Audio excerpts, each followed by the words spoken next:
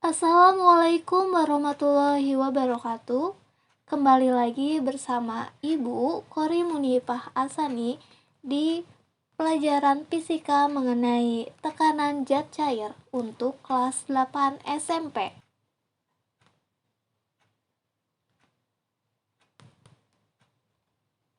Tahukah kamu, Indonesia merupakan negara yang memiliki lautan yang sangat luas.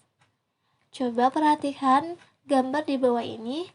Ada orang yang sedang menyelam di dalam lautan. Allah Subhanahu wa Ta'ala telah menganugerahkan pesona bawah laut yang indah. Pernahkah kamu menyelam ke dalam lautan? Kalian pasti pernah berenang, bukan? Ketika kalian berenang dan menyelam ke dasar kolam, bagaimana kondisi telinga yang kamu rasakan? Apakah telingamu terasa tertekan? Mengapa hal ini dapat terjadi? Untuk menjawab pertanyaan-pertanyaan yang ada di sini, kalian harus mempelajari mengenai tekanan pada zat cair terlebih dahulu. Untuk menjawab pertanyaan ini, yuk kita simak pembelajaran kali ini.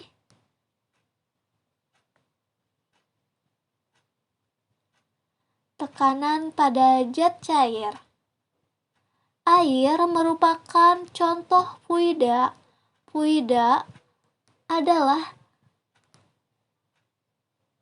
zat yang dapat mengalir. Zat cair memiliki massa sehingga memiliki berat, dan pada saat berada di suatu tempat yang memiliki luas tertentu dapat menghasilkan tekanan. Di sini ada suatu gambar.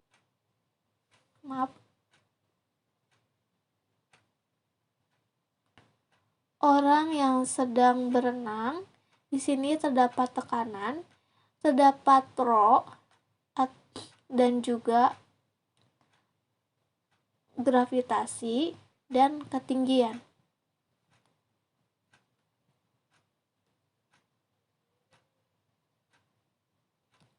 Tekanan hidrostatis.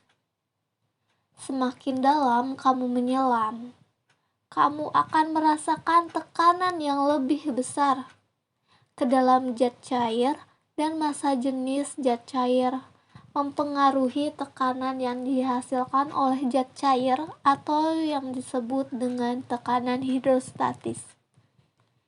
Nah, makanya orang yang sedang menyelam, telinganya bakal terasa sakit. Rasa sakit ini pengaruh dari tekanan oleh zat cair.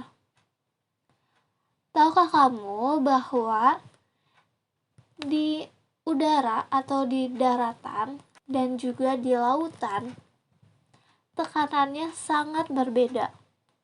Tekanan pada lautan sangat besar sekali. Makanya ikan-ikan yang berenang yang di dasar laut terdalam itu hanya beberapa ikan saja. Karena semakin dalam juga, ikan juga terkena tekanan zat cair. Jadi ikan sering berada di dekat atas permukaan karena tekanannya tidak terlalu besar.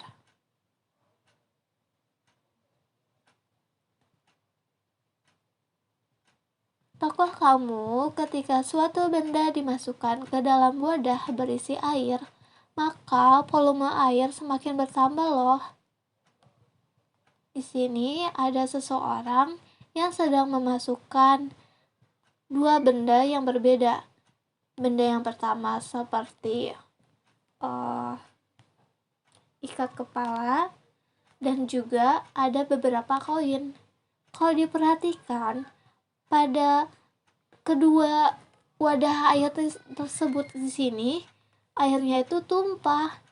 Nah, tumpahnya ini lebih tinggi pada kalung. Ikat kepala. Pencet.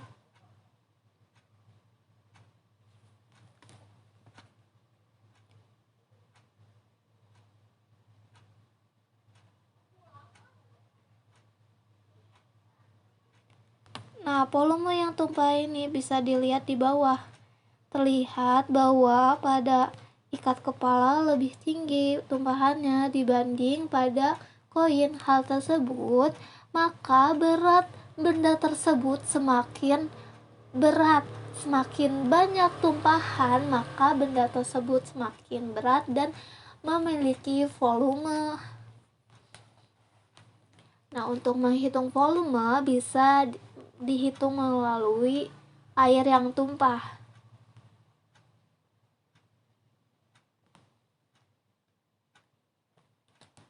Semakin besar massa jenis zat cair, semakin besar pula tekanan yang dihasilkan. Massa jenis merupakan banyaknya massa penyusut zat setiap satuan volume. Di sini ada air yang berisi wadah. Kemudian di sini terdapat volumenya yang diukur menggunakan skala dan juga menghitung massa zat cair tersebut menggunakan neraca. Di sini terdapat beratnya. Sehingga kalian dapat merumuskan massa jenis.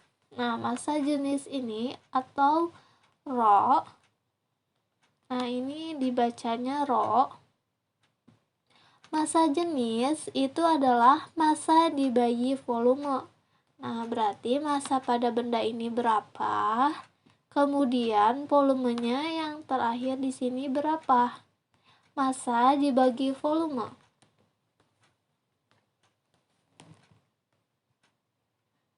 Contoh soal. Ada suatu cairan, kemudian di sini volumenya volume awal sedikit. Kemudian ketika dijatuhkan batu, maka terjadi perubahan banyaknya volume air. Volume air di sini adalah 20 cm persegi. Persegi ya. Di sini itu karena volume, di mana volume itu adalah panjang kali lebar kali tinggi, makanya pangkat 3. Ini berlaku untuk benda balok ya.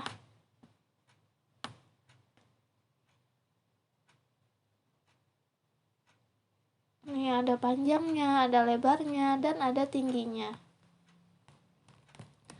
Jika massa benda memiliki 300 gram dan volume, di sini ada volumenya 20 cm kubik. Jika maka massa jenis benda tersebut adalah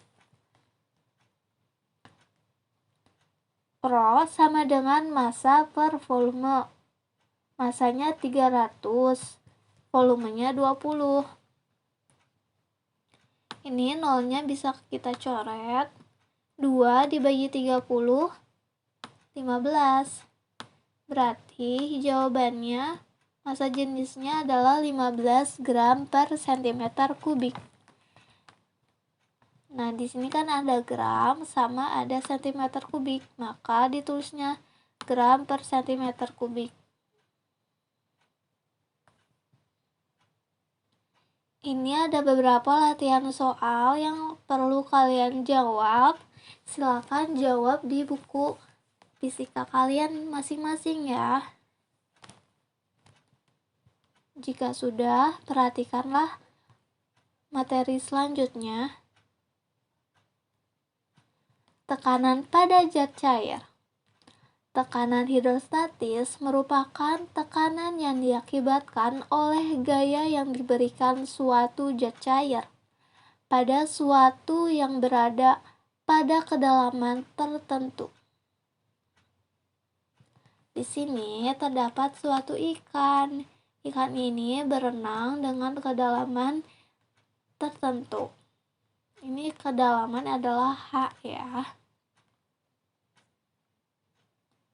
Semakin dalam suatu benda, dalam wadah yang berisi cairan, maka semakin besar pula tekanan yang diberikan zat cair. Nah, kalau ikannya ada di bawah, berarti tekanan zat cairnya sangat besar. Tapi kalau ikannya lagi di atas, tekanan zat cairnya kecil.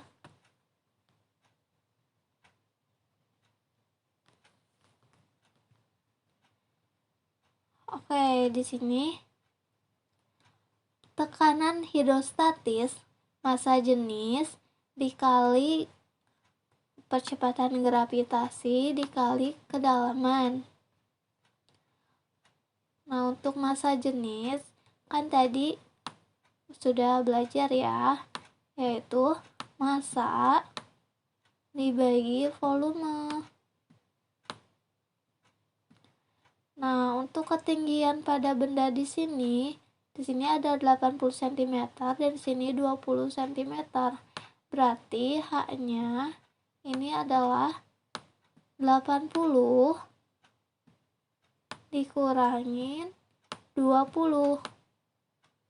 Maka ini adalah H pada ikan. Berapa sih 80 dikurangi 20? Ya, 60 cm.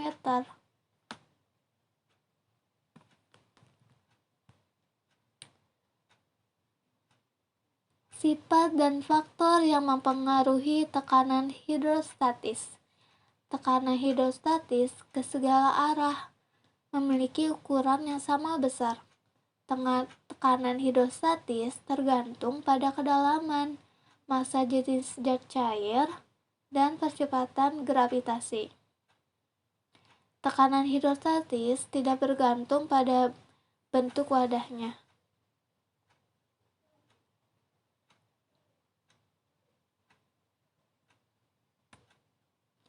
Contoh soal: seorang penyelam berada di kedalaman 10 meter di bawah permukaan air. Jika massa jenis air adalah 1000 kg per meter kubik dengan gravitasi 10 meter per sekon, maka tekanan hidrostatis yang dialami seseorang tersebut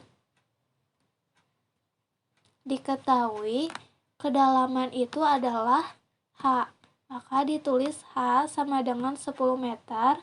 Kemudian massa jenis air adalah 1000, berarti Rho. Kemudian percepatan gravitasi G 10 meter per sekon.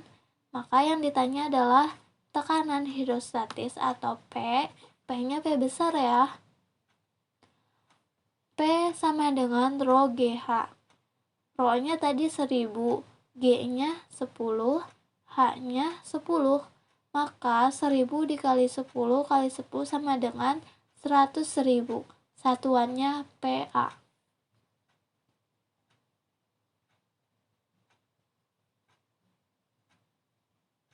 Di sini ada latihan soal lagi. Silakan kalian jawab, kemudian tulis di buku fisika masing-masing dan dikumpulkan. Terima kasih. Assalamualaikum warahmatullahi wabarakatuh.